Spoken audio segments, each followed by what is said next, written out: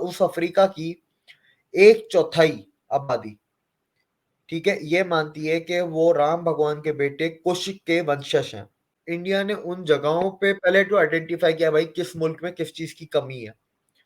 तो एक दो चीजें जो पूरे अफ्रीका में जिस चीज की कमी है ना, वो है एक आपका खाना पीना, अनाज, एग्रीकल्चर, दूसरा एजुकेशन, तीसरा हेल्थ केयर, एक रामायण, एक महाभारत। तो अगर मैं आपको सिंपली समझाऊं तो महाभारत ये सिखाती है कि आपको अपनी जिंदगी में क्या क्या नहीं करना है। रामायण आपको ये सिखाती है कि आपको जिंदगी में क्या क्या करना है।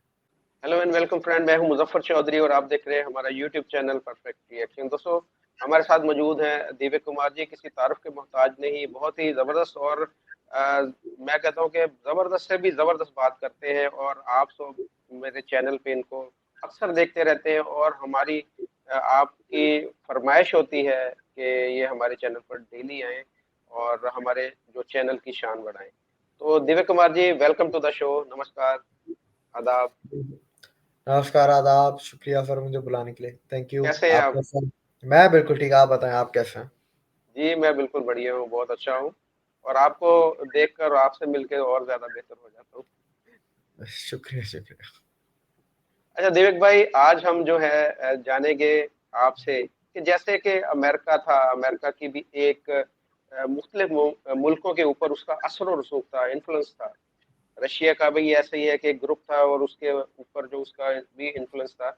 अब हम देख रहे हैं कि इसी तरीके से अब इंडिया भी जैसे कि एक सुपर पावर होता है, उसी तरीके से इंडिया भी मुख्तलिफ जो ममालिक हैं उसके ऊपर इंडिया का भी इन्फ्लुएंस हमें नजर आ रहा है पूरी दुनिया के अंदर मुख्तलिफ ममालिक में। लेकिन खास तौर पर अफ्रीका, जो अफ्रीका एक बर आज़म है, उसके जो ममालिक हैं उसके ऊपर इंडिया का इन्फ्लुएंस खास तौर पर जाहिर होता है, नजर आ रहा है कि इंडिया ने उन ममालिक को खास तौर पर टारगेट किया हुआ है। इसकी क्या वजह है कि एक जो अफ्रीकन कंट्रीज हैं उनकी तरफ इंडिया का झुकाव इतना ज्यादा क्यों है? वहां पर जो उनकी डेवलपमेंट है या उनके जो भी प्रॉब्लम्स है वहां पर इंडिया पेश पेश है। इसकी क्या वजह है? आप बताएंगे हमें जरा। देखिए सर, इसकी बहुत सारी वजह हैं। अगर स्टार्टिंग से जाएं तो एक हिस्टोरिक टाइज है, हजारों साल पुराने, जो ट्रेड वगैरह होता था। फिर एक आपको बात तो ये पता ही है ना कि दुनिया में पहली माइग्रेशन अफ्रीका से इंडिया हुई थी, और फिर इंडिया से फिर पूरी दुनिया में हुई, जो साइंटिफिकली भी प्रूव हुआ है, किताबों में भी लिखा हुआ है, हम कहानियों में भी सुनते हैं अपने बड़ों से। तो एक वो रिश्ता भी है कि अफ्रीका से पहले इंडिया का है। तीसरी चीज ये है कि सर अफ्रीका की आबादी इंडिया से कम है, पूरे अफ्रीका की, ठीक है, एक इंडिया से कम है, पहली चीज। तो अब आप इससे अंदाजा लगाएं, और उस अफ्रीका की एक चौथाई आबादी, ठीक है, ये मानती है कि वो राम भगवान के बेटे कुश के वंशज हैं। तो एक वो, अब यहाँ पर आ गया आपका स्पिरिचुअल और रिलीजियस साइड आ गया आपका। वो हैं आदिवासी, वो उन्होंने कोई और नाम दिया, लेकिन वो अपने आप को कुशाइट्स कहते हैं। हम कुशाइट्स हैं। तो भाई कुशाइट का क्या मतलब है? हम कुश के वंशज हैं। कौन कुश? भगवान राम का बेटा।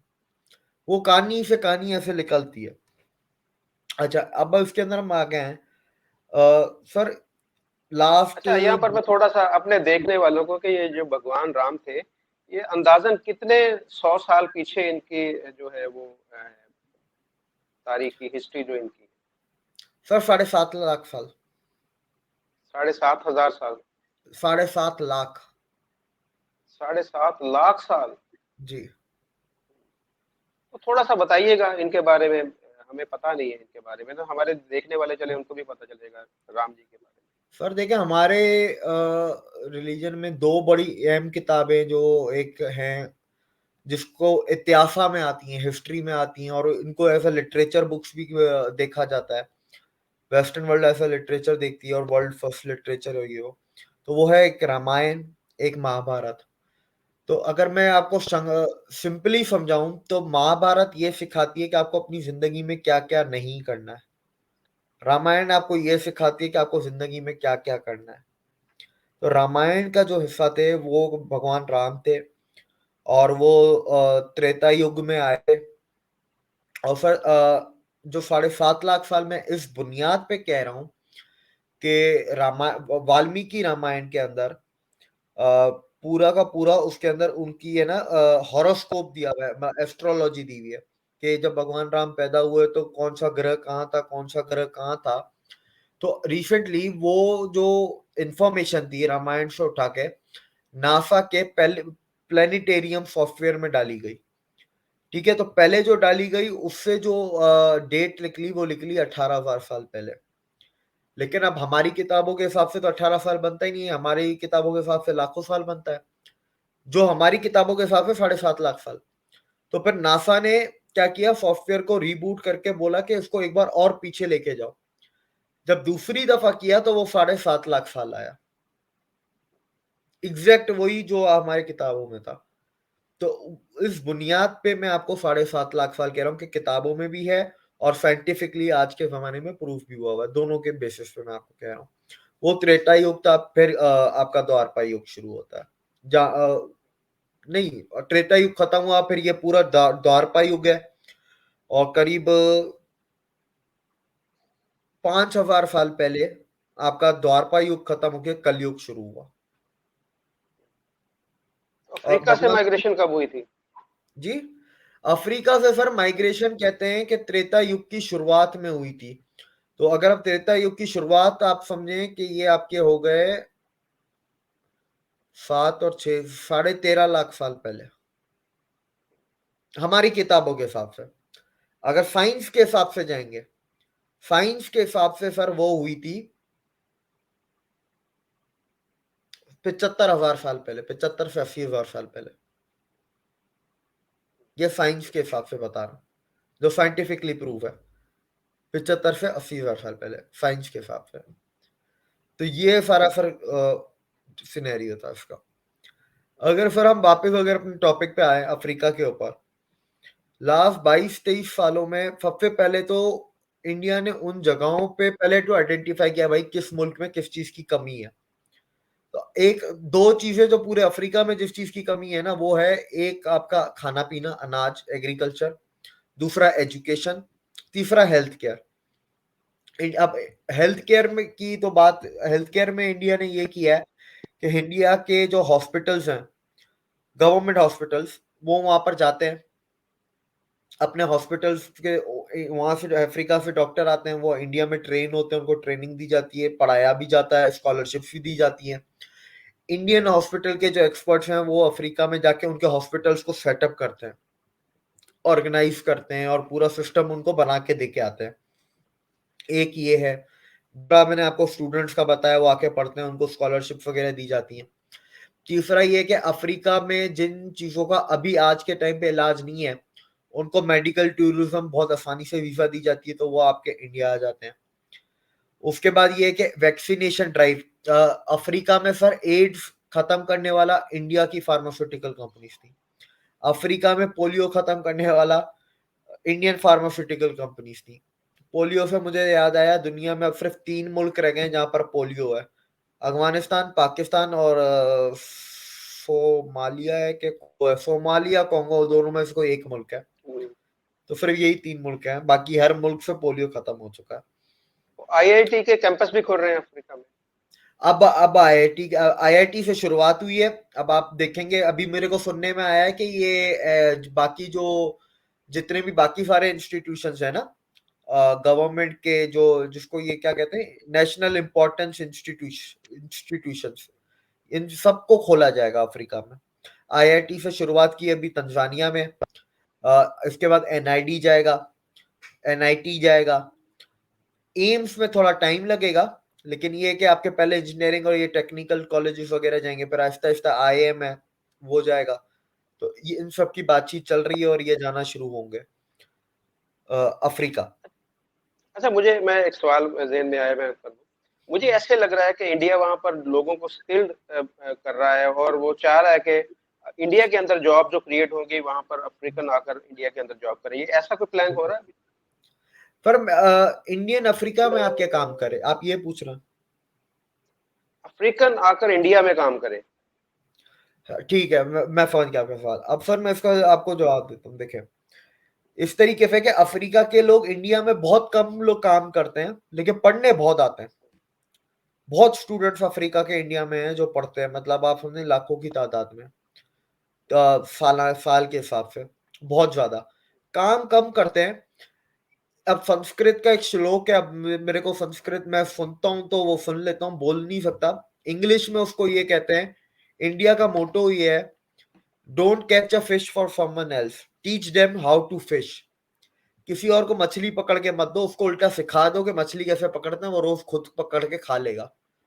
तो बिल्कुल सही बात इंडिया का मानना ये है कि अफ्रीका को जैसे यूरोप ने किया ना, वो आपके हाथ में दे जाएंगे, एहसान करेंगे।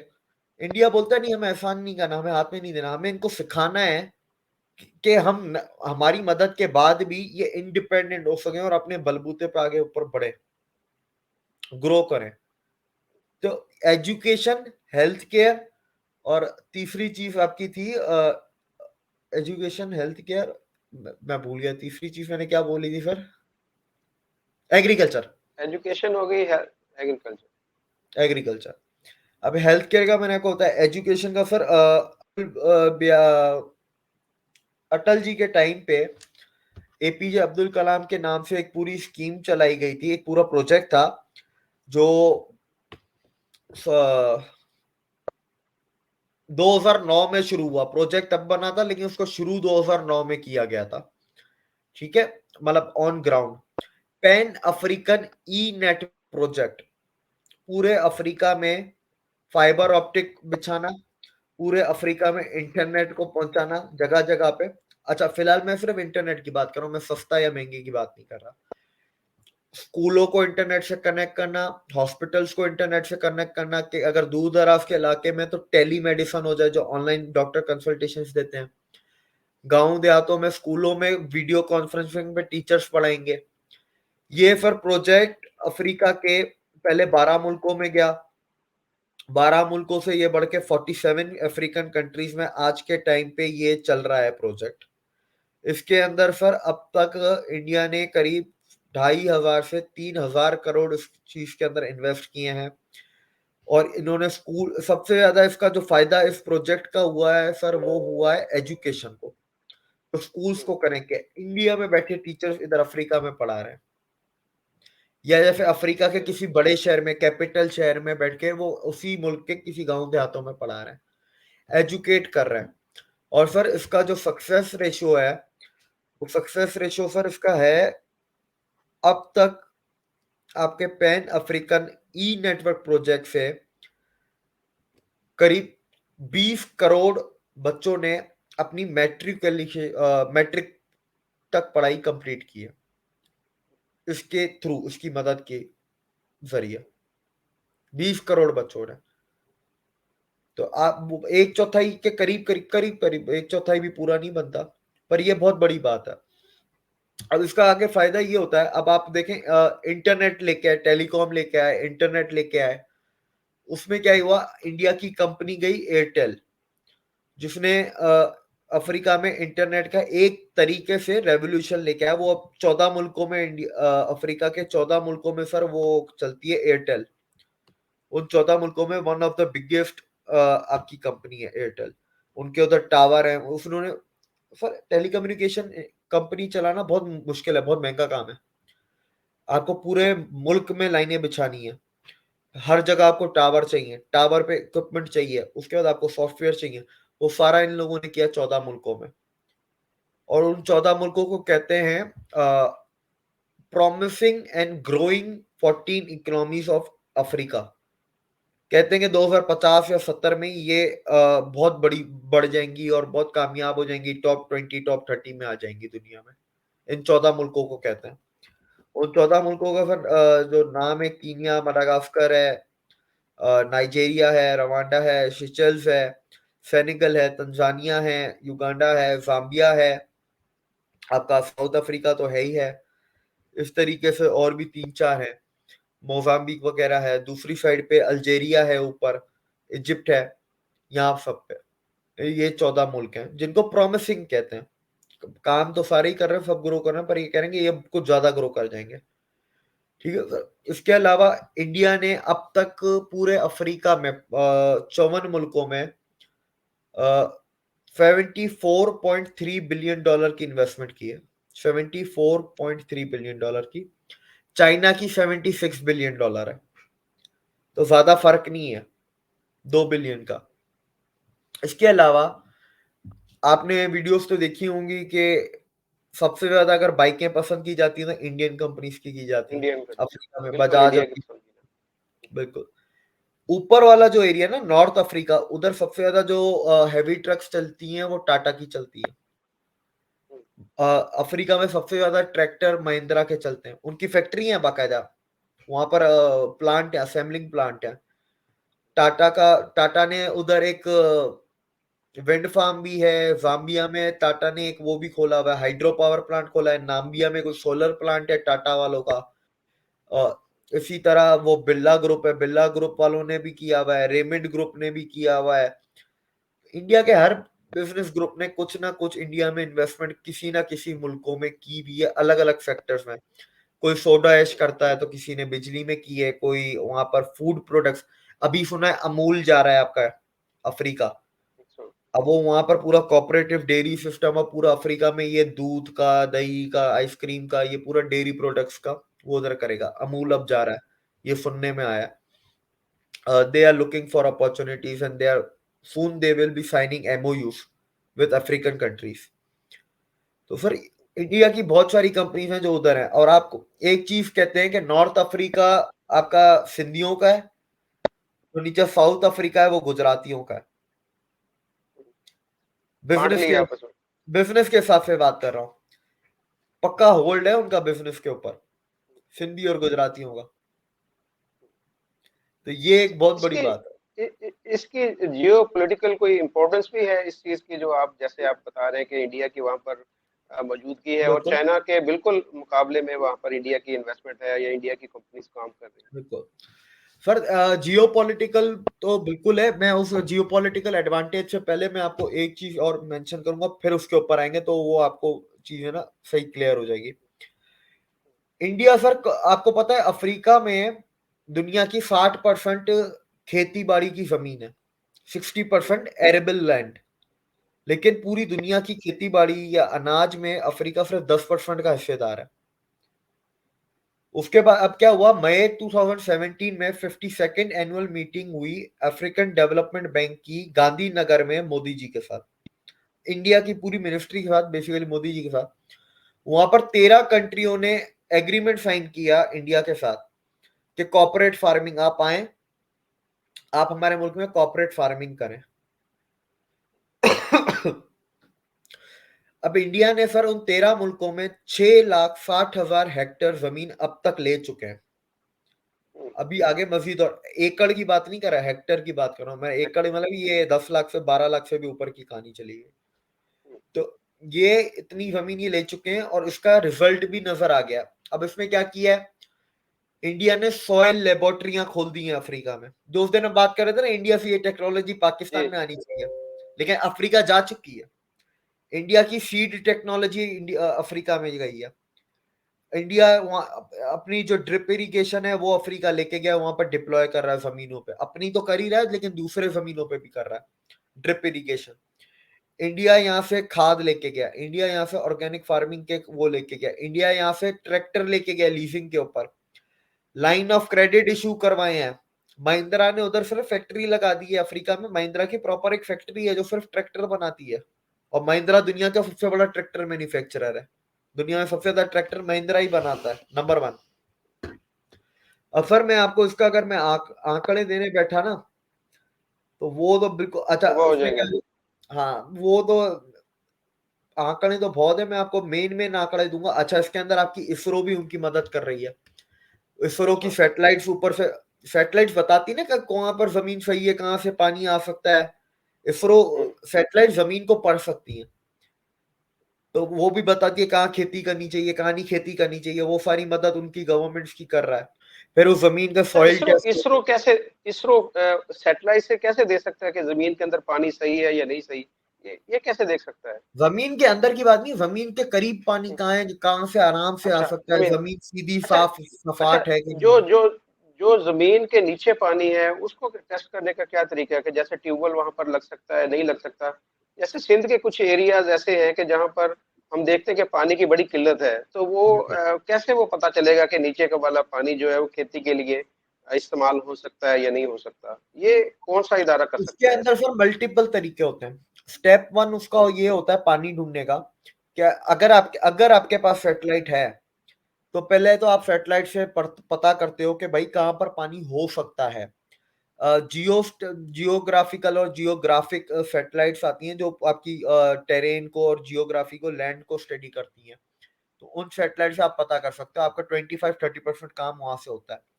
वो जहां पर इंडिकेट करती है वहां पर जाके आप फिर सॉइल की पहले टेस्टिंग करते हो कि भाई ये खेती के लिए सही है भी कि नहीं। चलो पानी तो है, खेती के लिए सही है भी कि नहीं है तो इसके ऊपर क्या अनाज उगा सकते हैं। अगर कुछ उगा सकते हैं तो उसके अंदर खाद कितनी इस्तेमाल होगी, वो सारे इंडिया की लेबोरेटरीज उधर हैं।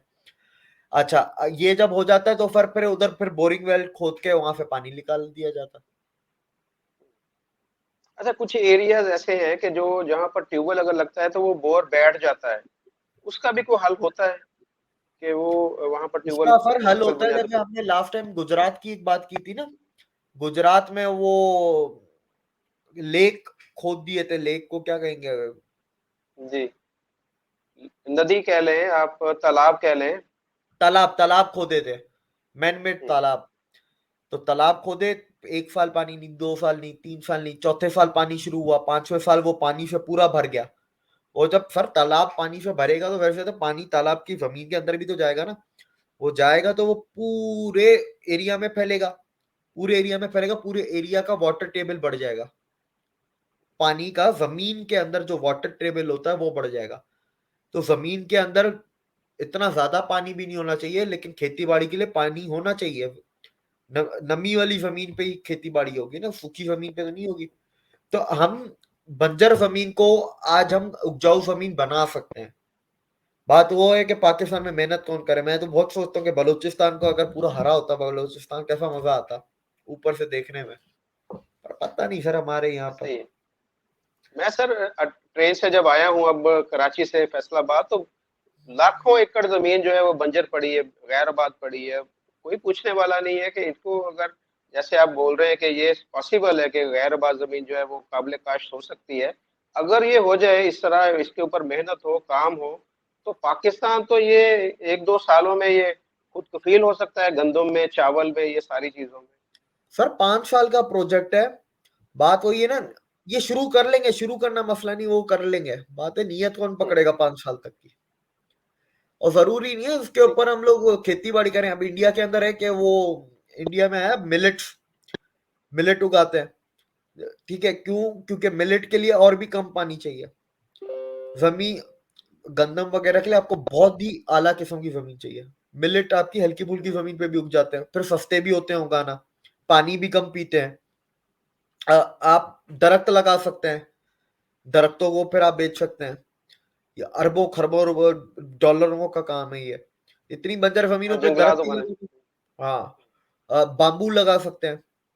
बाम्बू से बहुत कुछ बनता है। बांस। बाम्बू से आपका इथेनॉल बनता है। बाम्बू से आपका डीजल, बायो पेट्रोल बनता है। बाम्बू से आपके कपड़े भी बनते हैं।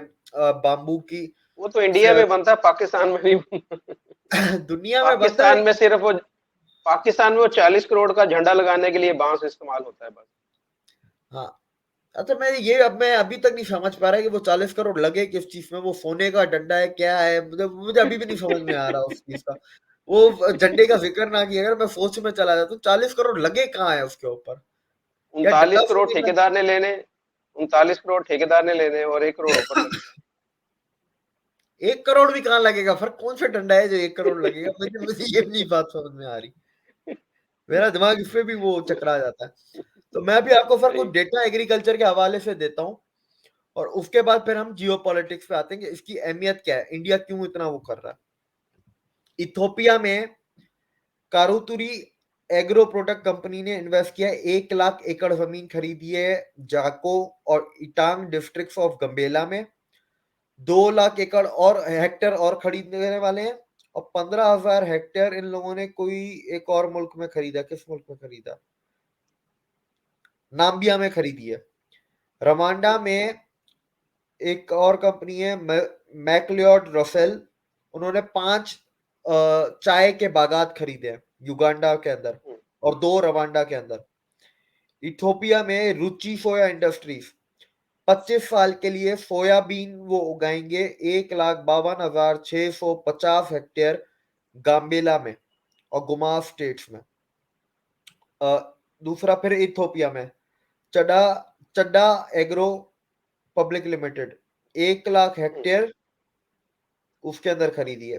गबोन जो मुल्क है उसके अंदर गबोन के मुल्क में ओलाम इंटरनेशनल ने 30,000 हेक्टेयर पाम ऑयल। फिर वापस वही रवांडा और Uganda Jayshree tea and industries उन्होंने 2 बागात खरीदे हैं, एक रवांडा में एक युगांडा में चाय के। फिर हुँ, डीआरसी जो democratic Republic of Congo and Ethiopia Eiffel cotton industries इन्होंने हुँ, $15 मिलियन इन्वेस्ट किए हैं और जमीनें लीज पे लिए हैं जहां पर ये कॉटन उगाएंगे, दालें उगाएंगे और कॉफी उगाएंगे। हुँ, फिर नेहा इंटरनेशनल ने इथियोपिया में और जमीनें कोई 1,000 एकड़ लिए जहां पर वो चावल, मकई के दाने, ऑयल फीड्स जो सनफ्लावर ऑयल फीड्स होते हैं और दालें उगाएंगे। मोजाम्बिक में निर्मल सीड्स ने 2,000 हेक्टेयर लैंड खरीदी 2013 में। उसके ऊपर वो हुँ, क्या उगाएंगी ये नहीं लिखा हुआ। मडागास्कर वरुण इंटरनेशनल ने वहां पर 2,32,000 हेक्टेयर जमीन लीज पे लिया आगे आने वाले 50 साल के लिए। उसके ऊपर वो चावल, मकई और दालें। इथोपिया में वेदांता हार्वेस्ट ने 50 साल के लिए 5,000 हेक्टेयर लिए जहां पर वो मसाले उगाएंगे। फिर इथोपिया में सनाती एग्रो फार्म एंटरप्राइज ने 25 साल के लिए 10,000 हेक्टेयर लिए जहां पर ये सीरियल पल्सेस और राइस उगाएंगे। अच्छा, आने वाले वक्त में आपको इथोपिया, कोटे डी एवियोर, तंजानिया, मलावी, कैमरून में आपको और मजीद इन्वेस्टमेंट्स दिखेंगी इस साल के आखिर में या अगले साल। ये अब ये एग्रीकल्चर के ऊपर इन लोगों ने काम किया और इनके जाने से उस मुल्क का फिर आउटपुट 3-3 4-4 गुना बढ़ा है इंडिया का जाने के हुँ, बाद। हुँ, ये ऑफिशियल रिकॉर्ड्स हुँ। हैं। अच्छा, इसकी अब जियोपॉलिटिकल इम्पोर्टेंस कितनी है? ये जो इंडिया वहाँ पर इतनी इन्वेस्टमेंट कर रहा है, इंडिया की कंपनीज़ वहाँ पर जा रही हैं, उससे क्या फ़र्क पड़ेगा इंडिया को? नंबर वन, 54 मुल्कों का वोट मिलता है आपको यूएन में। हुँ, ठीक है। दूसरा, यही 54 मुल्क साउथ ग्लोबल साउथ के 120 में से 54 मुल्क यही हैं जो आपको सपोर्ट करेंगे अगर आप यूएन के खिलाफ जाके ग्लोबल साउथ का प्लेटफॉर्म बनाते हैं। तीसरा, अफ्रीका के अंदर दुनिया का सबसे बहुत ज्यादा नेचुरल रिसोर्सेस हैं। इंडिया की आदत नहीं है कि वो फ्रांस की और ये दूसरों की तरह लूट पाट के लेके जाए। वो गवर्नमेंट के साथ मिलके काम करना चाहती है लोगों की भलाई के लिए। हुँ, और इंडिया का मानना है कि इंडिया और चाइना के दोनों मकसद सारे दोनों के सेम है। मकसद दोनों के अलग नहीं है, तरीकों में फर्क है। चाइना हुँ। बोलता है कि यार कौन अवाम को मनाए, ये सारा पता कुछ मैं मतलब खा जाऊँ, चाइना कहता नहीं। है सारा कुछ मैं खा जाऊँ। वो तो है ही है, लेकिन उसका एक और है ना कि 3-4 हजार लीडर जो ऊपर के टॉप ऑफिशियल एलीट है, इनको पैसे दे देता हूँ, इनको मना लेता हूँ, फिर अपना काम सीधा कर लेता हूँ। इंडिया बोलता है ये 3-4 हजार तो आते जाते रहेंगे, नीचे की आवाम को मनाते हैं। इंडिया इसलिए स्लो है। लेकिन ये जो टेक्निक इंडिया यूज करता है ना, इसको ऑर्गेनिक टेक्निक कहते हैं। इस तरह इंडिया की जड़ें इतनी पक्की हैं कि इंडिया कभी नहीं लेगा, लेकिन चाइना को फूक मारेंगे ना, वो वहां से हिल जाएगा। तो ये एक चीज है। इंडिया अवाम के रास्ते ऊपर जाता है, यू नीचे से ऊपर जाना चाहता है। चाइना ऊपर से नीचे जाना चाहता है। ये एक बहुत फर्क है, दोनों दोनों में के फ़र्क मकसद है वही ना है। कि इंडिया इंडिया जिस मुल्क में इन्वेस्टमेंट करता है, उस मुल्क का नुकसान नहीं चाहता। वो चाहता है कि वो बिल्कुल मुल्क भी ग्रो करे, वो भी फले-फूले और इंडिया को बिल्कुल भी फ़ायदा हो। और बिल्कुल। जबकि चाइना ये चाहता है कि सारा कुछ मेरे पास आ जाए, वो सिर्फ अगला और सिर्फ मुल्क वो मेरे को। तबाह होता है, बर्बाद होता है, बिल्कुल होता जाए। बिल्कुल। अब देखें ना, अफ्रीका में यूरेनियम है, इंडिया न्यूक्लियर पावर प्लांट्स बना रहा है, तो इंडिया को मजीद यूरेनियम चाहिए होगा। इंडिया फिलहाल कनाडा से, कजाकिस्तान और ऑस्ट्रेलिया से यूरेनियम इंपोर्ट करता है, तो अफ्रीका से एक और सोर्स आ गई ना। जितना डाइवर्सिफाई होता है तो बार्गेनिंग ज्यादा होती है ना आपकी मार्केट में। हुँ, इंटरनेशनल मार्केट में आप बार्गेन करते हैं। इंडिया को गोल्ड चाहिए, क्योंकि इंडियन रुपी को अगर इंटरनेशनल करेंसी बनाना है तो आपको गोल्ड बैक करना है। तो आप डायरेक्ट कच्चा गोल्ड खरीदोगे। इंडिया के अंदर गोल्ड की रिफाइनरी, अब 2 रिफाइनरियां गोल्ड के अंडर कंस्ट्रक्शन है। एक राजेश एक्सपोर्ट्स वाले ने लगाई हुई है, एक दूसरी पता नहीं किसने, गवर्नमेंट ने लगाई है, पता नहीं किसने लगाई है। अच्छा, इसके अलावा अगर हम जाएं, कल्याणी ज्वेलर्स ने लगाई है, मुझे याद आ गया। अच्छा, इसके अलावा जो हमें इंडिया को जो फायदा होगा अफ्रीका से, जो खाने की बात बताई ना, एग्रीकल्चर की, इंडिया सर अकेला ही 35% दुनिया का उगाता है। अगर ये दूसरों के मुल्कों में भी जाके इंडिया ही उगाने लगेगा तो वो फिर कहावत मेरे दिमाग में आ जाती है ना, if you control oil you control Nations, if you control food you control people. तो सही, खाना तो है जियो हर बंदे ने। जियो पॉलिटिक्स आ गई, सारी चीजें जियो पॉलिटिक्स हैं। अपने आप को इंडिपेंडेंट भी करना है, अपने आप को नेचुरल रिसोर्सेज सेमीकंडक्टर के हो, चाहे गोल्ड हो, चाहे यूरेनियम हो, वो भी हमें चाहिए। हमें लोगों की भलाई भी करनी है, हमें अपने एजुकेशन सिस्टम भी उधर भेजना है, अपने बिजनेसेस को भी उधर भेजना है, हमें प्रॉफिट भी कमाना है। ऐसा नहीं है हमें प्रॉफिट नहीं कमाना, लेकिन हमें निचोड़ना नहीं है किसी को, हमें प्यार मोहब्बत से काम चलाना है। इंडिया का वो होता है। फिर 54 मुल्क बहुत बड़े होते हैं सर। आपकी अगर एक आवाज पे 54 मुल्क आपके इशारे पे अगर कहीं पे भी वोट करें तो आप सोचे ताकत क्या होती है।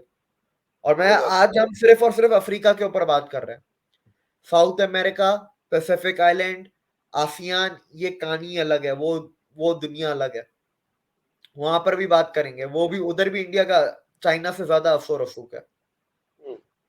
अच्छा, हम क्योंकि आपने चाय चाय की बात की, सौरभ मैं आपको कर रहा हूँ, चाय की आपने बात की। पाकिस्तान के अंदर जो भी चाय आती है वो बोला जाता है ये कीनिया के बागात की है या श्रीलंका की है। तो इंडिया में भी चाय होती है? क्योंकि चाय मैं बड़े शौक से पीता हूँ, पाकिस्तान में भी सारे शौक से चाय पीते हैं। तो इंडिया के अंदर जो चाय होती है उसका टेस्ट कैसा है, कि क्या वो भी ऐसे ही अच्छी चाय होती है? और दूसरा, पान का पत्ता पाकिस्तान के अंदर आज भी इंडिया से ही आता है। वो पता नहीं दुबई से होके आता है, कहाँ से होके आता है। जो लोकल नहीं, हमारा स्मगल पत्ता होके है वो आता है, खाने पान का वाला ही नहीं। पत्ता स्मगल होके आता है। जी। इंडिया की चाय की पत्ती अभी भी आपको लाहौर में मिल जाएगी। हम्म। सर, इंडिया की चाय की पत्ती, अब देखें, मैंने तो कभी इतना डिफरेंस करके पिया नहीं, पर अब दुनिया में सबसे ज्यादा चाय इंडिया में पी जाती, तो शायद इंडिया की चाय की पत्ती अच्छी ही होगी।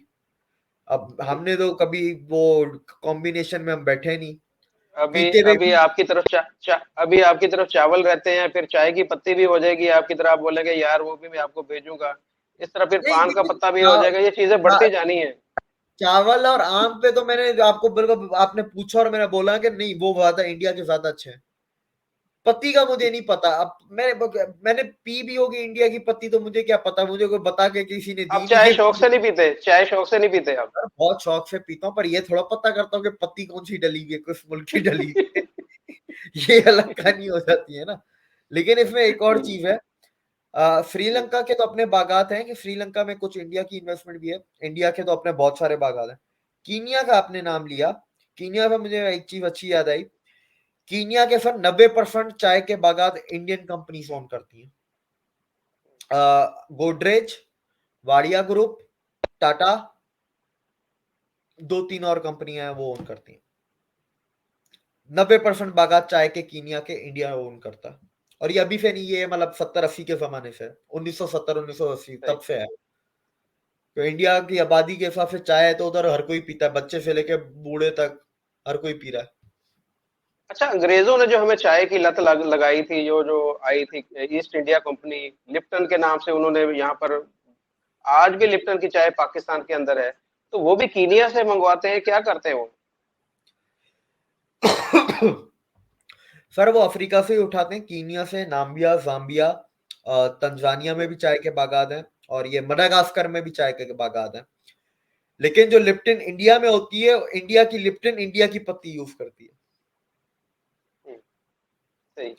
इंडिया ने सख्तियां बड़ी की हुई हैं। लिप्टन बोल रहा था कि नहीं, हम अफ्रीका से मंगाएंगे, क्योंकि उनको सस्ता पड़ता है ना, वो तो दबा के लेते हैं ना।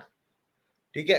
तो इंडिया ने बोला नहीं बेटा, इधर अगर लिप्टन बेचनी है तो फिर चाय की पत्ती इंडिया की होगी, या कीनिया से मंगाओ, वो भी हमारी बागात से। ये इंडिया ने सख्ती की थी यूनिलीवर पे। यूनिलीवर की है ना लिप्टन। हम्म। तो जी। इंडिया जी में, यूनिलीवर। पाकिस्तान में यूनिलीवर पाकिस्तान लिमिटेड है, इंडिया में हम्म। हिंदुस्तान यूनिलीवर लिमिटेड है। इंडिया में सर बड़ी सख्तियां की हुई है, इंडिया में नहीं बचते ये प्रॉक्टर एंड गैम्बल को यूनिलीवर बोलते हैं, होगे तुम अपने घर में। तो हमारे पास तुमसे भी बड़े-बड़े ब्रांड हैं, तो हमसे पंगा मत लेना। इंडिया नहीं बख्शता किसी अच्छा को। दिवेक भाई, आपने आपने बात की आसियान की और दीगर जो ममालिक जहाँ पर इंडिया के और भी ज्यादा मफादात हैं या इंडिया वहाँ पर काम कर रहा है। एक और फरमाइश आई है हमें कमेंट्स में, दो तीन दफा मुझे बोला गया है कि जी आप एल के अडवाणी और अटल बिहारी वाजपेयी, ये क्योंकि स्टार्टिंग में थे बीजेपी के जो पहले लीडर थे जिन्होंने इस मुल्क के बेहतरी के लिए इकदाम किए, इनके ऊपर आप एक प्रोग्राम करें, इन दोनों लीडर्स के ऊपर। तो आप से मैं रिक्वेस्ट करूंगा कि आप हमारे जो देखने वाले हैं उनके लिए इसके बारे में भी सोचें जरा, थोड़ा सा एक प्रोग्राम हम इनके ऊपर, दोनों जो लीडर नाम हैं इनके ऊपर भी करें। तो एंड में कोई आखिर में कोई बात करना चाहें तो, ताकि फिर हम अपने प्रोग्राम को इख्तिताम मैं फिर करें। इतना बताना चाहूँगा, आज हम लोगों को इतना कहना चाहूँगा मैं, आज हमने सिर्फ़ अफ्रीका को कवर किया है। अगर किसी के हम्म, अंदर थोड़ी-सी भी कॉमन सेंस है, उसको अंदाज़ा हो गया होगा कि अफ्रीका के अंदर इंडिया की कितनी ताकत है। अभी तो हथियार एक्सपोर्ट हो रहे हैं, अभी तो बहुत चीज़ें जो हमने वो तो अब कॉमन चीज़ें हैं, ये हमने आज वो बातें की हैं जो दुनिया को नहीं पता या छुपी भी हैं। हथियारों का तो सभी को पता है। ऐसे ही इंडिया की ताकत साउथ अमेरिका में भी है, आसियान में भी है, जीसीई कंट्री है, अरबियों के मुल्क में भी है, आपके इधर पैसिफिक आइलैंड के 14-15 मुल्कों में भी है। हम कोशिश करेंगे कि आज अफ्रीका पे की है, अगली कोई वीडियो जो होगी हम किसी न इनमें से किसी एक एरिया पे करेंगे, अगली बार अरबियों पे कर लेंगे या पैसिफिक आइलैंड उठा लेंगे, इनके ऊपर कर हम्म, लेंगे। आपको तब अंदाजा होगा कि इंडिया की दुनिया में ताकत क्या है, कहाँ पर वो जाके पहुंचा है। और एक और चीज मैं आपको बताऊं, इंडिया ने करीब कोई 13 या 14 तेल के कुएं भी लिए हुए अफ्रीका में। एक दो तीन मोजाम्बिक में लिए हुए, दो तीन नाइजर में, एक नाइजेरिया में, गैस का कोई अल्जीरिया में कुआं लिया हुआ है। कुछ 24 से ऑपरेशनल हो रहे हैं, कुछ 25 से हो रहे हैं, कुछ 26 से हो रहे हैं ऑपरेशनल। तो ये चीजें आप देखें ना, इंडिया अलग अलग लेवल पे जा रहा है। आप फ्यूचर इंडिया का बहुत अलग है। वही बात है ना फिर हम आज जो इंडिया कर रहा है उसके बलबूते पे हम इंडिया को कह रहे हैं वो बहुत आगे जा रहा है। वो आज हम्म। ठीक है, पाकिस्तान के बारे में पूछते हैं ना, पाकिस्तान आज क्या कर रहा है जो मैं बोलूँ वो आगे जा रहा है। दिल तो बड़ा करता है और कोशिशें भी हमने बड़ी की हैं सर। मैंने तो बहुत की है, मैं अगर अपनी बात करूं, जितना हमसे बन पर सकता था, जो जो हम कर सकते थे हमने बड़ी की, लेकिन बस अफसोस, अफसोस होता है कि मायूस हो गए। अफसोस होता है उन्होंने हमारा इस्तेमाल नहीं किया। मायूस हो गए आप। सर आखिर कम से कम रिप्लाई दे देते। गवर्नमेंट के वो होते हैं ना, जो गवर्नमेंट का लॉलीपॉप, आप बुलाओ जी। प्रेजेंटेशन तो हम आपको बताते, कम से कम इतना ही कर लेते यार। मेल ही नहीं खोली मेरी हम्म, किसी ने। हम्म, ये मतलब है ना, इसके बाद मेरी मायूसी एक अलग लेवल की, यार मेल तक नहीं खोली। मुझे लॉलीपॉप तो देते, कम से कम मैं 2-3 साल और बैठ के इंतजार में बैठा रहता, लेकिन नहीं, वो उन्होंने मेल हम्म। तक नहीं खोली। आप इस ये चीज का अंदाजा। पाकिस्तान की बदकिस्मती है, ये उन लोगों की नाअहली नहीं है, ये समझे कि इस मुल्क की बदकिस्मती है कि एक बंदा जो कि खुद एफर्ट करना चाह रहा है इस मुल्क की तरक्की में, अहम किरदार अदा करना चाह रहा है, लेकिन उसको मौका नहीं दिया जा रहा, उसकी बात नहीं सुनी जा रही। मौका तो देना एक अलग बात है, उसकी बात ही नहीं सुनी जा रही। सर इससे भी बड़ी बदकिस्मती ये कि मेरे जैसे तो लाखों हैं और लाखों थे। बात ये कि ये लाखों जो थे ना, आज हजारों हो गए हैं, कल ये हजारों 100 हो जाएंगे। ये अपनी ही खेती को खुद ही गंवा रहे हैं। आपको आपको अगर मैं कहानियां बताऊं, पुराने टाइम में, ये 90s का टाइम और मुशर्रफ का टाइम या जरदारी के टाइम पे, लाखों के हिसाब से सर लोग मदद करना चाहते थे, अपनी नौकरियां छोड़ के बाहर से आए थे, मिलियन डॉलर्स की नौकरियां छोड़ के, पाकिस्तानी। पर हम्म। बस पाकिस्तान में उनकी कदर ही नहीं है, वो फिर चले गए। आज लाखों नहीं आते, आज हजारों आते हैं। कल पता चले हजारों भी नहीं आएंगे, 100 आएंगे। वही बात है। चले सर, बहुत आपका और जो आपने रिक्वेस्ट क्या की मैं कह अटल सकता हूँ। अटल बिहारी वाजपेयी जी। अडवाणी जी पे, उसके ऊपर बिल्कुल हम लोग गौर करेंगे और इंशाल्लाह हम प्रोग्राम करेंगे, लेकिन वो नेक्स्ट वीक के भी एंड में जाके करेंगे। उसके लिए मुझे टाइम जी, चाहिए। चले ठीक है जी, उसमें हाँ। ज्यादा रिसर्च करने की जरूरत है। अटल बिहारी वाजपेयी पे तो मेरी बहुत अच्छी खासी रिसर्च है, अडवाणी जी पे मैं रिसर्च करके फिर मैं बात करना। अडवाणी जी के बारे में एक फन फैक्ट है कि वो पाकिस्तानी थे, पाकिस्तान से माइग्रेट होके गए, पैदा वैदा इधर हुए, जी। स्कूलिंग भी इधर। वो जी। कराची में आरएसएस के मेंबर थे, कराची में जो आरएसएस का ऑफिस था। तो जिन पाकिस्तानियों को नहीं पता तो उनको बता दूं, पूरे पाकिस्तान के हर बड़े शहर में आरएसएस था। और 1955 तक था, 55 के बाद आरएसएस बंद हुई है पाकिस्तान में। तो ये भी मैं बताता चलूं सबको। चले देवक भाई, आपका बहुत शुक्रिया। आपसे आज हमने बहुत कुछ सीखा, बहुत नई मालूमात जो मेरे इल्म में भी नहीं थी, मुझे आज पता चला कि किस तरीके से इंडिया जो है अफ्रीका के अंदर इतना फाल किरदार अदा कर रहा है, उसकी तरक्की के अंदर, उसकी हेल्थ सेक्टर में, एजुकेशन के अंदर और एग्रीकल्चर में बेपनाह वो काम कर रहा है, जिसका फायदा जो है आने वाले कुछ सालों में आपको नजर आएगा कि जैसे कि आपने बोला दोनों कि साइडों पे 54 नजर ममालिक, आएगा, बिल्कुल जी दोनों दोनों साइडों तरफ पे। उनकी, बिल्कुल उन मुल्कों की तरक्की भी होगी और इंडिया का भी इन्फ्लुएंस जिस तरह होगा, और इंडिया भी एक वर्ल्ड लीडर के तौर पर जैसे ग्लोबल साउथ का लीडर बन के उभर रहा है, तो उसमें भी इंडिया की ताकत में एक नुमाया इजाफा होगा। तो आपका बहुत शुक्रिया, आपके कीमती वक्त का। आइंदा फिर किसी प्रोग्राम से आप में मुलाकात होगी, तब तक के लिए नमस्कार, अल्लाह हाफिज। नमस्कार, अल्लाह हाफिज।